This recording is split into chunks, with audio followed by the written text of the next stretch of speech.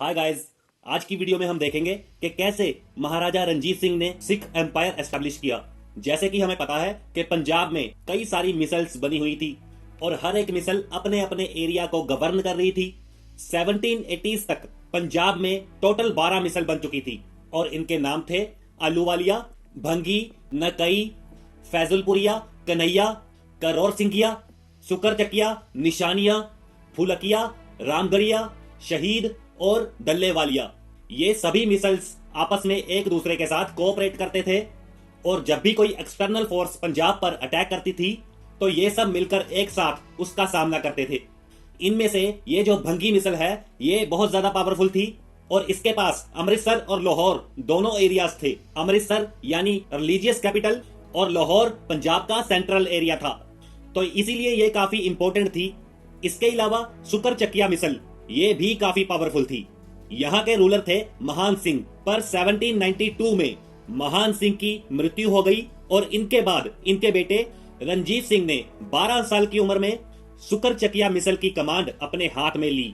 1792 में ये सुकरचकिया मिसल के लीडर बने और अगले ही 8 सालों में यानी साल 1800 तक सिचुएशन ये थी कि सुकरचकिया मिसल को छोड़कर बाकी सारी की सारी मिसल्स कमजोर हो चुकी थी और डिसइंटीग्रेट हो चुकी थी। अब ये जो भंगी मिसल है जिसके पास लाहौर और अमृतसर दोनों थे, उसके और सुकरचकिया मिसल के बीच में कई लड़ाइयां हुई। रंजीत सिंह ने 1799 में लाहौर को घेरा डाल लिया और 1802 में अमृतसर को भी एक्वायर कर लिया। तो इस तरह सेंटर ऑफ पंजाब लाहौर और रिलीजियस कैपिटल अमृतसर दोनों रंजीत सिंह के अंडर में आ चुके थे। उधर अफगानिस्तान के रूलर जमान शाह ने 1797 में पंजाब पर अटैक कर दिया, पर रंजीत सिंह ने जमान शाह के इस अटैक को बहुत चाह कर लिया और जमान शाह को हरा दिया और जीत रंजीत सिंह की हुई और पूरे पंजाब में रंजीत सिंह की चर्चा होने लगी, क्योंकि ये बहुत बड़ी बात थी कि सिर्फ 17 साल की उम्र में इन्होंने अफगानिस्तान के अटैक को हराया। इसके अगले ही साल 1798 में जमान शाह ने एक बार फिर से अटैक कर दिया और इस बार भी रंजीत सिंह की ही जीत हुई। अफगानी आर्मी को यहाँ से भागना पड़ गया। इसके बाद अफगानिस्तान में गद्दी को लेकर लड़ाइयां छिड़ गई और 1801 में जमान शाह को हटाकर महमूद शाह अफगानिस्तान का राजा बन गया। फिर उसी साल उसे भी हटा दिया गया और ये पावर स्ट्रगल अगले 30 साल तक ऐसे ही चलता गया। और उधर जो बाकी की मिसल्स थी, कुछ के साथ रंजीत सिंह ने तो किसी के साथ तो मैरिज अलायंस कर ली, कुछ के साथ फ्रेंडली अलायंस कर लिया और कुछ को डिफीट कर दिया।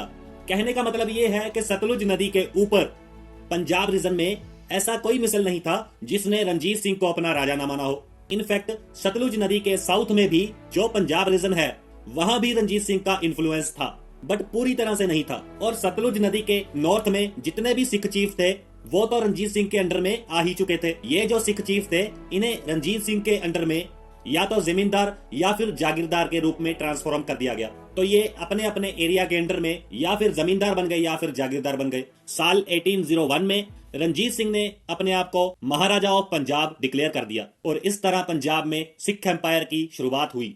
महाराजा रंजीत सिंह ने एक बहुत ही पावरफुल, डिसिप्लिन और वेल इक्विप्ड आर्मी तैयार की। इस आर्मी को उन्होंने यूरोपियन लाइंस पर तैयार किया और इसके लिए उन्होंने यूरोपियन इंस्ट्रक्टर भी रखे हुए थे। इनकी आर्मी में जाति, वर्ण, धर्म इसका कोई भेदभाव नहीं था। इनकी आर्मी में गोरखास, बिहारीज, ओडिया, पठान, डोगरा और पंजाबी मुस्लिम्स भी थे। कहा जाता है कि उस समय ब्रिटिश ईस्ट इंडिया कंपनी के बाद सबसे ज्यादा पावरफुल आर्मी महाराजा रंजीत सिंह की ही थी। एक ऐसी आर्मी जो हाईली डिसिप्लिन्ड और उसके ऊपर से मोखम चंद, दीवान चंद, हरि सिंह नलवा और रामदयाल जैसे बढ़िया जनरल थे। और रंजीत सिंह भी इस बात का ख्याल रखते थे कि इनकी आर्मी को रेगुलर पेमेंट्स मिले। तो सिख एम्पायर तो एस्टैब्लिश्ड हो चुका था और इसके बाद ब्रिटिश ईस्ट इंडिया कंपनी इस सिख एम्पायर में इंटरफेयर करेगी, वो हम किसी और वीडियोस में देखेंगे। Thank you so much guys, please share this video and subscribe this channel. God bless you all.